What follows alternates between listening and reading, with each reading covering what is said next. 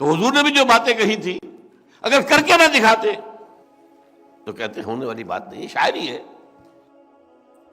سید القوم خادمہم، قوم کا سردار تو خادم ہوتا ہے۔ وہی بہت اچھا شعر کہا، بڑی عمدہ بات ہے، یہ کہاں ہو سکتا ہے؟ امپاسبل۔ قوم کا سید اور خادم ہو، امپاسبل۔ قوم کا سردار ہو اور ایک غریب عورت اس کے بچوں کے لیے آٹے کی بوری اپنے کندھے پر لاد کر رات کے وقت لا رہا ہو۔ Is it imaginable? Is it imaginable?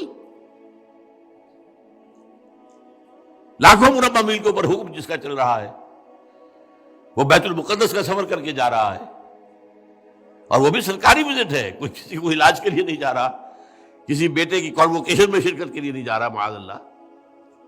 وہاں سے ریکویسٹ آئی آپ یہاں آئیں گے تو یہ بیت المقدس جو ہے فتح ہو جائے گا، یروشلم فتح ہو جائے گا۔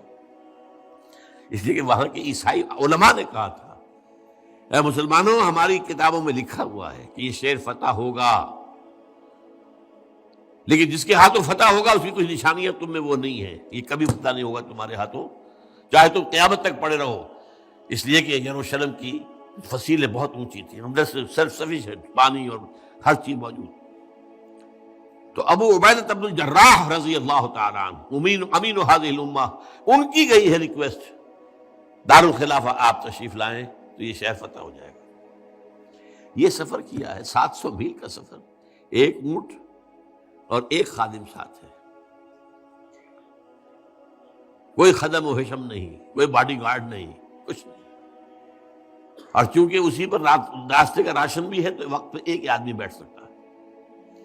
ایک منزل خلیفہ اوپر بیٹھا ہے اور خادم آگے چل رہا ہے نکیل پکڑ کر، اگلی منزل خادم اوپر بیٹھا ہے اور خلیفہ آگے چل رہا ہے نکیل پکڑ کر۔ Can you believe it?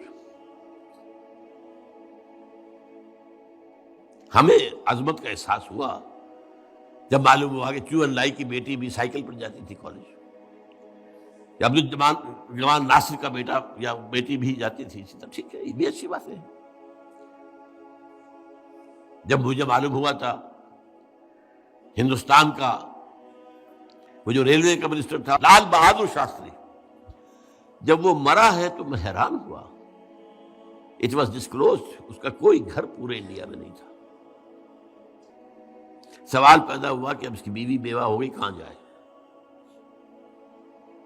اور اس کی بیوی اپنے ہاتھ سے جو ہے کھانا پکاتی تھی، اور جب ہارٹ اٹیک ہوا ہے شاستری کو تاشقند میں تو اس نے وہاں سے ٹیلی فون پر جو بات کی ہے وہ ماتا جی سے کی ہے، بیوی سے نہیں کی۔ لیکن یہ ساری بلندیاں ان سب کو جمع کر لیجئے، کیا عمر کے آس پاس بھی آئیں گے؟ یہ کارنامہ کر کے دکھایا محمد رسول اللہ صلی اللہ علیہ وسلم۔ اس کو قائم کرو اور دنیا پر حجت قائم کر دو کہ ہاں دین یہی ہے، حق یہی ہے، نظام یہی ہے۔ اسی میں انسان کی فلاح ہے، اسی میں اس کی بہبود ہے، اسی میں اس کی اخلاقیات کی بلندی ہے، اسی میں اس کی تہذیب کی مضبوطی ہے، اسی میں اس کے تمدنی کے تقاضے پورے ہو سکتے ہیں۔